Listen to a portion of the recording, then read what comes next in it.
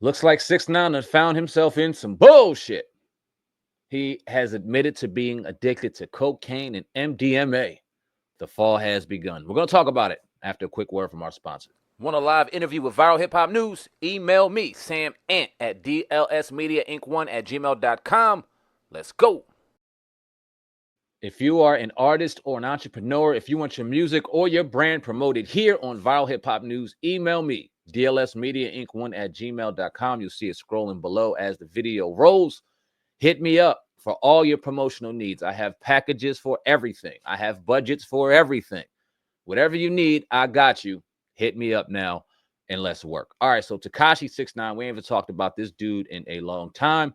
Finds himself back in headlines for things that aren't so good. I'm going to go ahead and pull up this article. We'll read it and we'll react.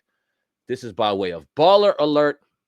Isn't it kind of ironic we see a rat up there? That has nothing to do with 6ix9ine, even though that is pretty coincidental.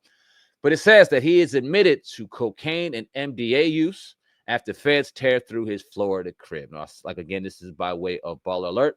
It says Tekashi 6ix9ine is once again back in the legal hot seat, but this time he's opting for a strategic confession.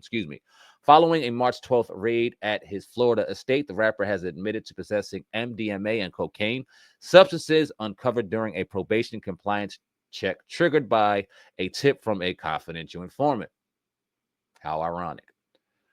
The early morning search revealed 3 ecstasy pills in a bag with cocaine residue. Though federal agents also seized a Glock 9mm, fentanyl, and marijuana, 6ix9ine's legal team negotiated a deal. If he pleads guilty to the drug charges, prosecutors will drop the firearm and fentanyl violations. The move spares him for a full evidentiary hearing and allows the government to cancel witness travel plans for the upcoming July 23rd, court date. Now, during the raid, 6ix9ine was detained for 6 hours. He initially claimed the drugs weren't his and accused a former associate of planning them. However, the rapper now appears ready to own part of the mess in hopes of a lighter outcome. He remains under tight probation terms, no firearms, no drugs, and limited travel. His attorneys also expect to ask for a delay in sentencing, but this latest misstep puts his freedom on shaky ground. For now, 6ix9ine dodges a bullet, no pun intended. With his eyes still on him, another slip could land him right behind bars. Now, we talked about 6ix9ine ad nauseum throughout the last couple of years. And one thing I remember saying is during the height of everything that was going on, and as he was probably one of the biggest and main agitators in this world, especially in the hip hop world at the time, is better be careful because eventually all the lights, all the glitz, all the glamour, all the fame is going to go away when you don't have the talent to match all of that. And clearly 6ix9ine did not have the talent. He had the charisma. He had the ability to troll and piss people off. He understood how to troll on social media better than anybody. If that was a talent, his superpower, it was that. But eventually that would run its course and things would begin to happen. And when you're living a fake lifestyle, when you're living a phony lifestyle, when it's not genuine and it's not authentic, things begin to happen and things begin to be exposed.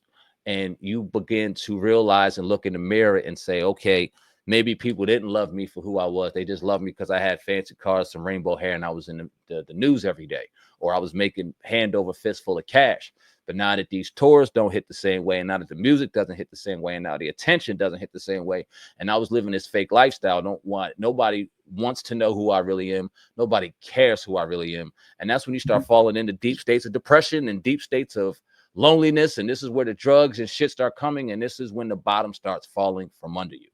I also said years ago that eventually the people that he did wrong, he may be walking down the street one day or maybe thinking that he's forgotten about it. Somebody that he pissed off or somebody that he really did wrong did not forget. And unfortunate things happen. I'm not wishing that on anybody, but when I'm seeing 6ix9ine go through the things that he's going through, when I see him get caught with a 9mm gun trying to defend himself, even though he's not supposed to have a gun, when I see him having fentanyl, which is a lot more dangerous than cocaine and ecstasy, what you doing with that fentanyl, bro? Are you selling it? Are you using it yourself?